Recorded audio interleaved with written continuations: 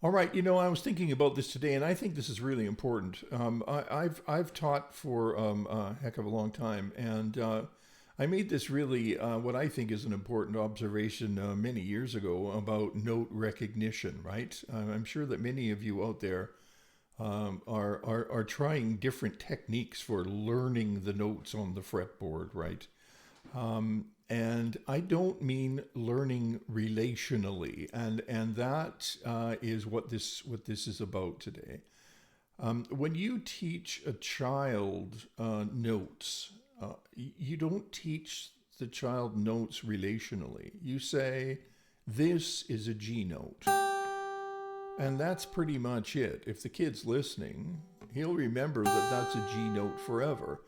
Now, that is a very different way of learning than teaching someone, an adult, a relational concept. Now, what I mean by that is this is a chromatic scale: A sharp, B, C sharp, D sharp, E, F, and so on, explaining that between B and C there is a semitone, between E and F is a semitone, and you can start that chromatic scale anywhere on the fretboard: B, C sharp, D sharp, E flat.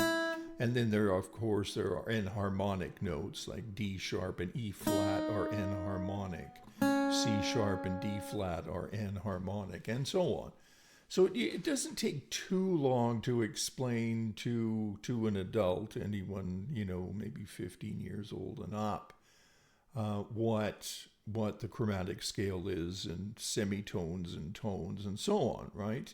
But that is not the way to learn your notes, because it takes way too long if you're playing in real time to say, "I know what this note is," and because okay, well, this is, you're asking me to play an E flat. Okay, well, here's a C. Okay, and this is a C sharp. This is a D, and that means that this is a D sharp, which is the same as an E flat. Well, good for you, but that just took like a half an hour. And you need to do things much. Let's put it this way: you need to do things immediately when you're thinking and playing at the same time. So what I'm getting at is, yes, it's good to be able to identify the note by moving up, for instance, in the chromatic scale, or by playing, a scale like C, D, E, F, G, A, B, C, D, D. Oh, there is an E flat. Okay, that's fine. That's learning relationally. There's several different ways to accomplish, naming a note. However, this is the important thing. When you've done this, and let's say you've identified this as an E flat note, now you have to be able to, the next day, go back and say, "This is an E flat, E flat."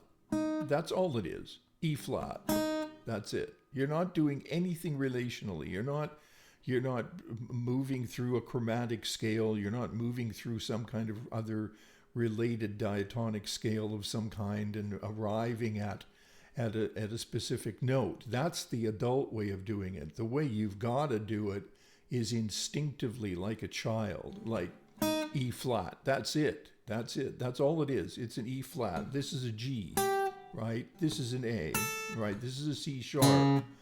And you've got to know your entire fretboard in that way. It's an immediate, non-relational activity. Immediate being the key word.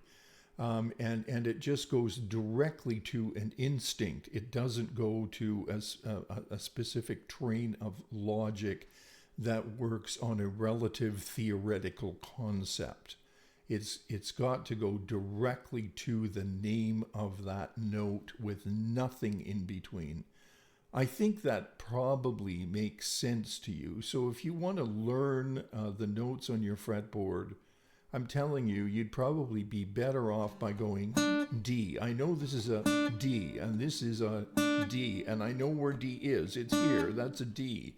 you're probably going to be better off doing one of those a day than for the rest of your life working relationally throughout the fretboard and hunting down notes, because when it comes to actually playing and performing, you can't do that. Okay, you've got to, and I'm not suggesting you have to take everything that you do and relate it to a note, a specific note value of some kind, like a name. When you're improvising, I don't, you're not going D, A, G, F sharp, that's not what I'm getting at.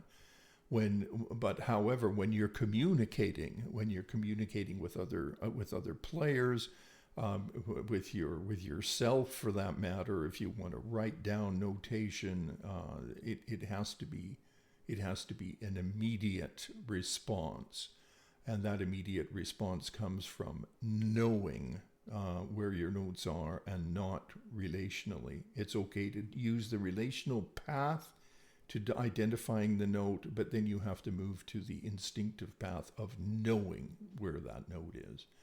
I hope that was a help to you. I was wandering around thinking, gee, that's an important idea, and we've in this household discussed that idea over the years, and it's surprising how adults tend to work on concepts, and children aren't interested in concepts. You tell them this is what it is, and they remember it. That's where you got to be.